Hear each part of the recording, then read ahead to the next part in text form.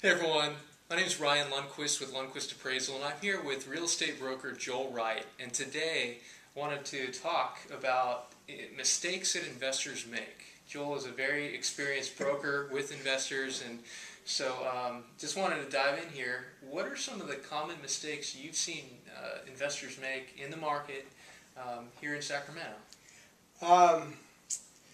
Let me take a couple of different sides on that. There's mistakes that you used to be able to make that you can't make anymore, which really ended up in a lot of the carnage of this market. Yeah.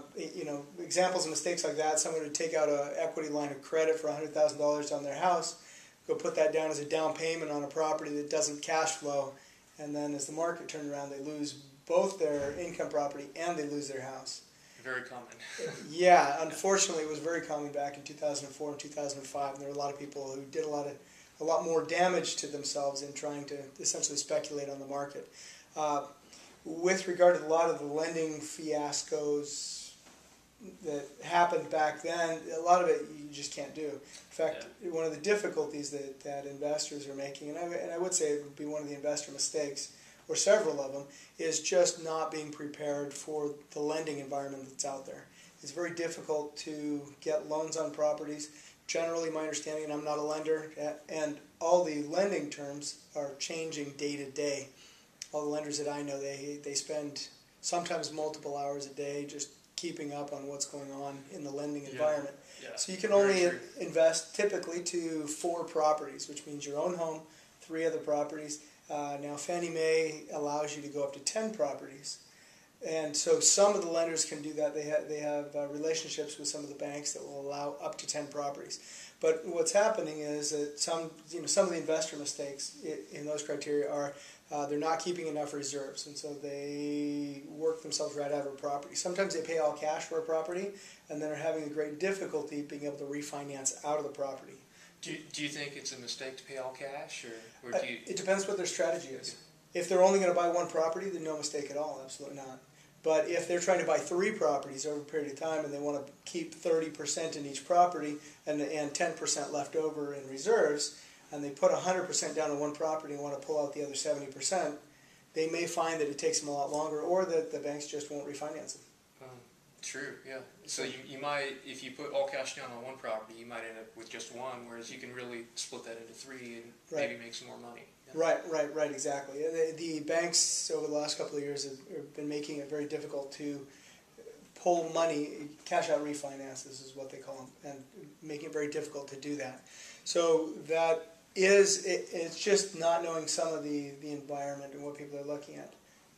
How many more mistakes you want me to go over? Well, do you have a couple more? I mean, I think there's people listening that want to know, people maybe interested in investing in the Sacramento market, or maybe especially for the first time, not sure what to do. Then Oh yeah, absolutely. Especially for first-time investors, people who haven't done a lot of investing. That is, people who've done, have several properties. They already kind of know what's going on in the property management. They've had a lot of the trash tenants, toilet problems, so they've been through it and kind of gotten educated on the road. The first and maybe second-time investors, they might have one property and are now looking for a second one. Frequently they don't have a lot of experience and they're not sure exactly what's out there to bite them. And there's a lot of bear traps out there that are set that just people don't know about. So one of the main ones one of the main things that I do for my clients is I sit down with them and do an investor consultation.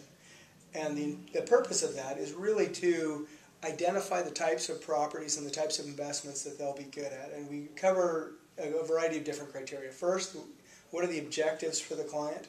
That is, what is it they want to do? Second of all, what's their financial situation? So they may want to buy 50 properties, but if they only have the finances for 2, then they're going to end up with 2. Yeah, probably shouldn't have 50 then. That's a dream. That's some serious property management too. Yes, it is. Yes, it is. And then the third is what a lot of investors don't think about when they're getting right out of the gate, which is what is their situation in life? What do they need the money for? What kind of returns are they looking for? What's their psychological disposition? That is, some investors are professionals. And the example I always use, a good example of this is, you do not want a brain surgeon worrying about whether they stopped up toilet and their tenants right before they go into brain surgery. Yeah. So, there's definitely some investors that should not be worried about all the tenants, toilets, and trash.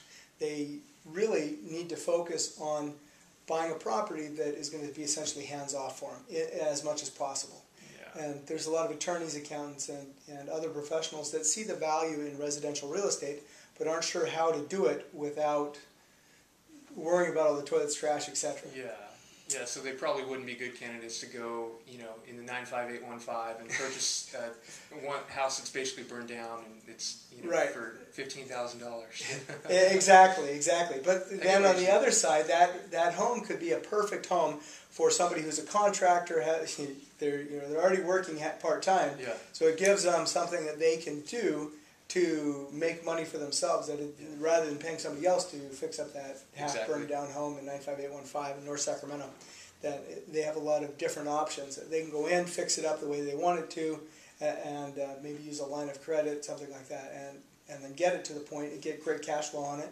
And they also probably have the time and the wherewithal to go in and do repairs and make fixes, manage the tenants, etc. Yeah, so it's a really subjective process and experience. That's what I'm picking up from you, and so it really got to be thought through and to think about the real goals, and so exactly. Yeah, I appreciate that. The capacity as well as the goals. That is, what is your capacity behind your goals? Yeah.